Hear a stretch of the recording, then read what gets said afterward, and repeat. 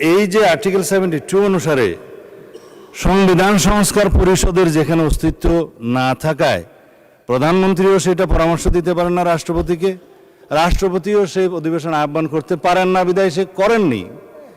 তা এখন যদি তাদের প্রশ্ন অনুসারে এই আদেশটা যদি বৈধ হয়, রাষ্ট্রপতি যে আদেশটা জারি করেছেন সেটা যদি সাংবিধানিক হয়, সেটা আমরা এখানে আলোচনা করতে পারি। ইদানিং একটা আলোচিত বিষয় হয়েছে, জুডিশিয়ারিতে সেটা আপিল হয়েছে, রিট হয়েছে, এই সংবিধান সংস্কার বাস্তবায়ন আদেশ এইটা এবং গণভোটের সার্টেন পোর্শন কেন আনকনস্টিটিউশনাল ডিক্লেয়ার করা হবে না সেই মর্মে রুলও জারি করা হয়েছে শুনলাম। এখানে হয়তো জুডিশিয়ারির মতামত দিবে, বাট জুডিশিয়ারির মতামত এই সোভারেইন পার্লামেন্টের উপরে কখনো বাইন্ডিং না। কিন্তু এই সোভারেইন পার্লামেন্ট কখনো আবার এমন কোনো আইন প্রণয়ন করতে পারে না যেটা জুডিশিয়ারিতে যে চ্যালেঞ্জ হয়ে নাল অ্যান্ড ভয়েড হয়ে যাবে, আল্ট্রাভায়ার্স টু দি কনস্টিটিউশন হয়ে যাবে। তো সুতরাং আমাদেরকে উভয় দিকে লক্ষ্য রেখে জাতির বৃহত্তর স্বার্থে আইনানুগভাবে এবং সাংবিধানিকভাবে যেতে হবে এই মহান জাতীয় সংসদে। গরমে আরাম নিয়ে হবে না হাহুতাশ, ঘুরলে পরে ওয়ালটন ফ্যান বাতাস আর বাতাস। আমাদের সমস্ত কার্যক্রম এখন যদি বলা হয় যে গণভোটের রায় বাস্তবায়নের জন্য সংবিধান সংস্কার পরিষদ গঠন করতে হবে, মানলাম আমরা নির্বাচিত হয়েছি সাংবিধানিক ভোটে।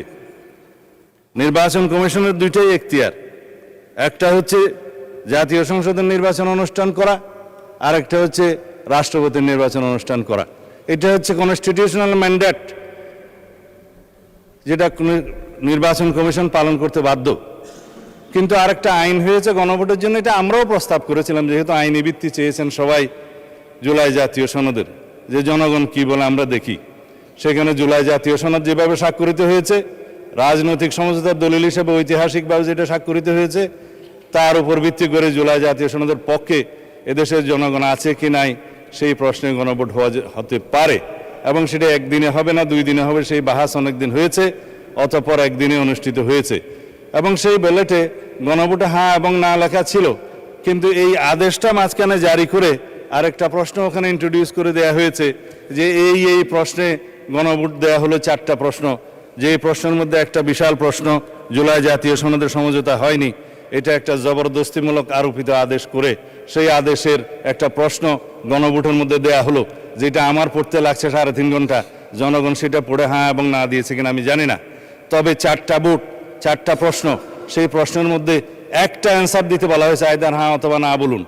কিন্তু 4টা ভোটে তো 4টা প্রশ্ন থাকা উচিত ছিল যে আমরা কোন কোন প্রশ্নে হ্যাঁ বলবো, কোন কোন প্রশ্নে না বলবো, সেই অপশনও ছিল না।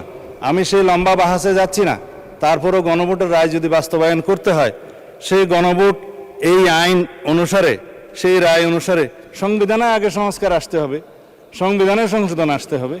সংবিধানে যদি সেটা আমরা গ্রহণ করি, তারপরে সেই গণভোটের রায় বাস্তবায়নের জন্য তখন সংবিধান যদি এটা কন্টেইন করে, ধারণ করার পরে তখন যদি পরিষদের সদস্য হিসেবে শপথ নিতে হয়, সেটা তখনকার ব্যাপার হবে। সেটা আমরা let us have debate on it. তবে এখন এই সংবিধান সংশোধনের জন্য আমরা এই সেশনে বিল আনতে পারবো কিনা সেটা যথেষ্ট সন্দেহ আছে।